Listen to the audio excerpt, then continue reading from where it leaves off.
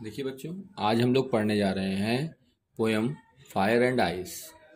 Fire और ice, fire मतलब आग और आइस मतलब बर्फ। लेकिन यहाँ पे ये जो पोयम है जो रॉबर्ट फ्रॉस्ट के द्वारा लिखी गई है, ये दो प्रेडिक्शंस को दिखाती है कि how the world will and, कि कैसे जो संसार है वो खत्म होगा। उनका कहना है कि कुछ लोग कहते हैं कि ये जो संसार है वो आग से ख़त्म हो जाएगा और कुछ लोग कहते हैं कि बर्फ़ से ख़त्म हो जाएगा। यहाँ पे जो वर्ड फायर लिया गया है, इसको कवि ने कह सकते हैं आप डिज़ायर मतलब इच्छा, विश या ग्रीड लालच, ठीक है, एवेश या लस्ट, सारी चीज़ों से शो किया है।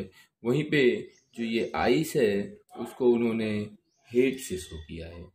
ठीक है, यहाँ पे जो पूरी कोशिश की है कवि ने, वो सिर्फ और सिर्फ इस बात को दिखाने की कोशिश की है कि कई लोगों के अलग अलग व्यू हैं। कई लोग अपने अपने तरीके से सेटिस्फाइड होने के लिए कई काम करते हैं जो डिस्ट्रक्शन का एक अच्छा कारण हो सकता है या डिस्ट्रक्शन कर सकता है। जैसे कि कह सकते हैं कि लोग अपनी इच्छाओं को पूरा करने के लिए कहीं पे चोरी करते हैं, तो वो भी एक डिस्ट्रक्शन मान लेते हैं। उसके लिए अच्छी चीज़ है, लेकिन कहीं ना कहीं दूसरों के लिए वो डिस्ट्रक्शन का काम करता है। उसको अगर पैसे की ज़रूरत है, उसकी चोरी हो गया, तो इट वॉज कह सकते हो कि वो उसके लिए क्या होगा, हार्मफुल हो सकता है, डिस्ट्रक्शन का काम कर सकता है। उसी प्रकार से यहाँ पे उन्होंने बताया है। ये पोएम भी रॉबर्ट फ्रॉस्ट के द्वारा ही लिखी गई है, जिसकी पोएम हम लोगों ने अभी पहली डस्ट ऑफ स्नो पढ़ी थी और 9th में भी फर्स्ट पोएम पढ़ी थी, द रोड नॉट टेकन। तो देखते हैं और समझते हैं। बहुत ही सिंपल पोएम है। Some say the world will end in fire, some say in ice. कुछ कहते हैं कि ये जो संसार है वो फायर में ख़त्म हो जाएगा, मतलब इच्छाओं से ख़त्म हो जाएगा। सम से इन आइस। कुछ लोग कहते हैं कि घृणा से ख़त्म हो जाएगा। For what I have tested of desire, मतलब कि जैसा कि मैंने इच्छाओं को जाना है, लोगों को जाना है। I hold with those who favour fire, तो मैं भी उनके साथ हूँ जो किसकी इच्छाओं की के साथ हैं।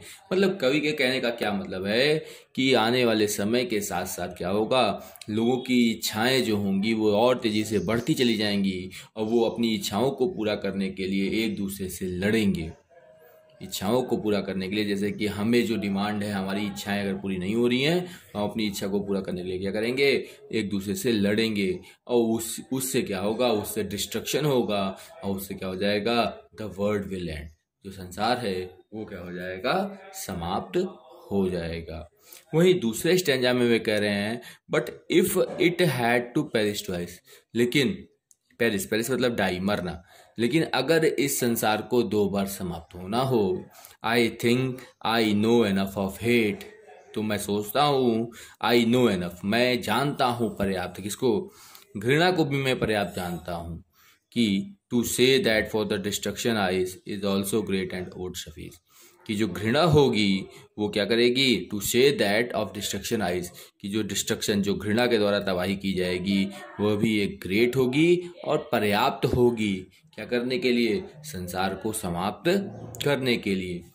यहाँ पे कहने का क्या मतलब है कि घृणा, घृणा से कैसे समाप्त हो सकता है कोई देश। घृणा मतलब कह सकते हैं कि हम एक दूसरे से घृणा करते हैं। जैसे कि आप समझ लो कि कोई देश दूसरे देश से घृणा करता है। जैसे अभी आपने ऊपर समझा इच्छाएं, मान लीजिए एक देश को दूसरे देश की कुछ संपत्तियों की इच्छाएं हैं, तो वो उस देश से लड़ करके उन चीजों को कब्जा ले, तो डिस्ट्रक्शन होगा, तो तबाही होगी। वहीं अगर घृणा करता है, एक देश दूसरे देश से जलता है, तो भी वो क्या करेगा, तो भी वो अपने आप को सुपीरियर या कह सकते हो कि महान दिखाने के लिए उस देश से लड़ेगा। घृणा करने पे भी, मतलब घृणा करना मतलब जलना, जलना मतलब कह सकते हो कि ईर्ष्या करना। ईर्ष्या करने का मतलब ही क्या है कि वे क्या करेगा, वे उससे भी अपने आप को महान दिखाने के लिए क्या करेगा, अपने आप को तबाही के ओर बढ़ाएगा, खुद भी तबाह होगा और दूसरे को भी तबाह करेगा।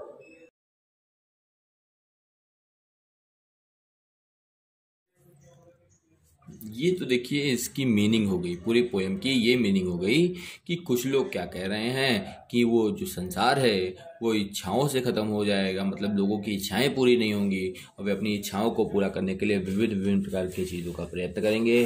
जैसे कि और भी कई चीज़ें आप ले सकते हैं, जैसे कि हमारा ही अपना ही देश ले लें या कोई देश ले लें, जो हम लोग क्या कर रहे हैं, अपनी इच्छाओं को, बड़े बड़े आलीशान शहर और घर बनाने के लिए जंगलों को काट रहे हैं, तो हम अपनी इच्छाओं को पूरा करने के लिए ही क्या कर रहे हैं, अपने ही संसार को खुद तबाही की ओर ले जा रहे हैं। और वहीं दूसरी चीज में कह रहा है घृणा, एक दूसरे से घृणा करेंगे, मतलब कि एक दूसरे से लड़ेंगे और लड़ करके क्या हो जाएंगे, तबाह हो जाएंगे। ठीक है, तो अब इसमें हम बात करते हैं राइम वर्ड्स की कि राइम्स क्या है, राइम स्कीम क्या है। तो देखिए, जिसमें फायर ए मान लेते हैं, डिज़ायर ए, फिर फायर ए, और फायर डिज़ायर फायर, और फिर ice B, twice B, ice B, suffice B, फिर हेट सी, ग्रेट सी। तो अगर क्योंकि हमारे इस पोएम में 9 लाइन है तो हम इसे 3 पार्ट में बांट कर लेते हैं। तो ए बी सी बी, ये हमारी राइम स्कीम हो गई। ए बी सी बी, ये हमारी राइम स्कीम हो गई इस पोएम की। ठीक है, तो अब इसके बाद हम बात करते हैं इसमें क्या पोएटिक डिवाइस का यूज़ हुआ है, कहाँ पे क्या यूज़ हुआ है। सेम चीज़ इसमें भी यूज़ हुई है। जो इंजैम्पमेंट की बात हमने की थी पिछली पोएम में, हमने बात की थी इंजैम्पमेंट की।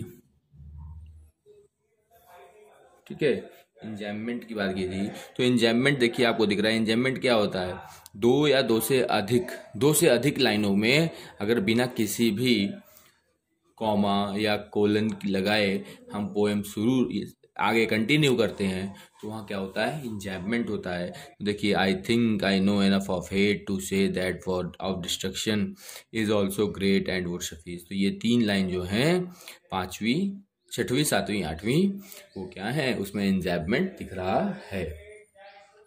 उसके बाद बात करते हैं एनाफोरा की।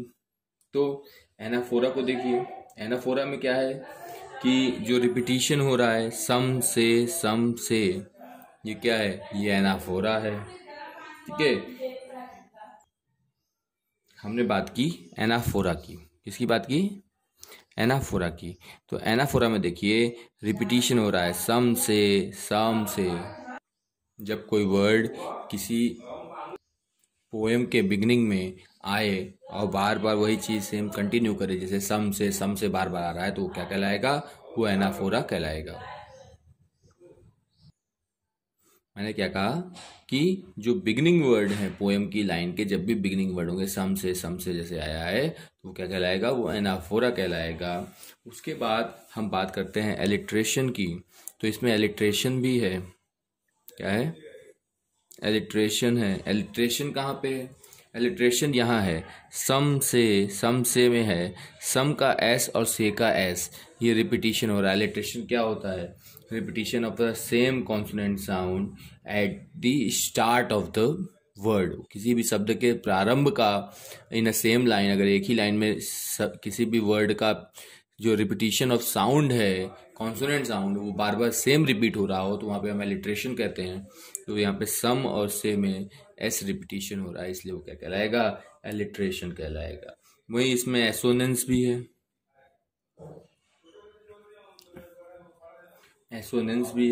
एसोनेंस में रिपीटिशन ऑफ वोवेल होता है।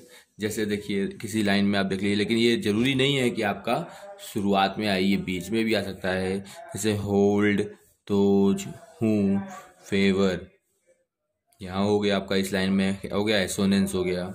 यहाँ पे नो, एनफ, ऑफ, इसमें एसोनेंस हो गया। ठीक है, तो ये आपके एसोनेंस हो गए। और आप देख सकते हैं जैसे पेरिस ट्वाइस में आई रिपीटिशन हो रहा है, पेरिस ट्वाइस में आई रिपीट हो रहा है, तो ये क्या कहलाएगा, ये भी एसोनेंस कहलाएगा। ठीक है, उसके बाद आप कह सकते हैं इसमें कुछ जगहों पे कॉन्सोनेंस भी है। कॉन्सोनेंस बहुत ज़्यादा नहीं दिखा रहा है, लेकिन कॉन्सोनेंस का कुछ प्रभाव दिखता है। कहाँ दिखता है, कॉन्सोनेंस की बात करें तो कॉन्सोनेंस क्या है, consonance is also a repetition of vowel sound, consonant sound. Alliteration is also a repetition of consonant sound, इस consonance is also a repetition of consonant sound, but as alliteration is at the beginning of the word and it is in the middle or anywhere in the word। मतलब ये क्या है, ये इसमें क्या होता है, alliteration में शब्द का पहला अक्षर जो होगा, उसका उच्चारण जो होगा, वो रिपीट हो रहा होगा कॉन्सोनेंट, लेकिन इसमें वो क्या हो सकता है, वर्ड के बीच का भी जो कॉन्सोनेंट साउंड होगा वो भी रिपीटिशन होगा, तो in which it we say that the there is a poetic device consonance. क्या कह सकते हैं, कॉन्सोनेंस है। आप ध्यान दीजिए कहाँ पे है, देखिए यहाँ पे हम कह सकते हैं जैसे होल्ड विथ दोज हूँ, विथ दोज हूँ, यहाँ पे जो साउंड है एच का वो रिपीटिशन हो रहा है, तो वहाँ पे आप क्या कह सकते हैं, वहाँ पे आप कॉन्सोनेंस भी शो ऑफ कह सकते हैं।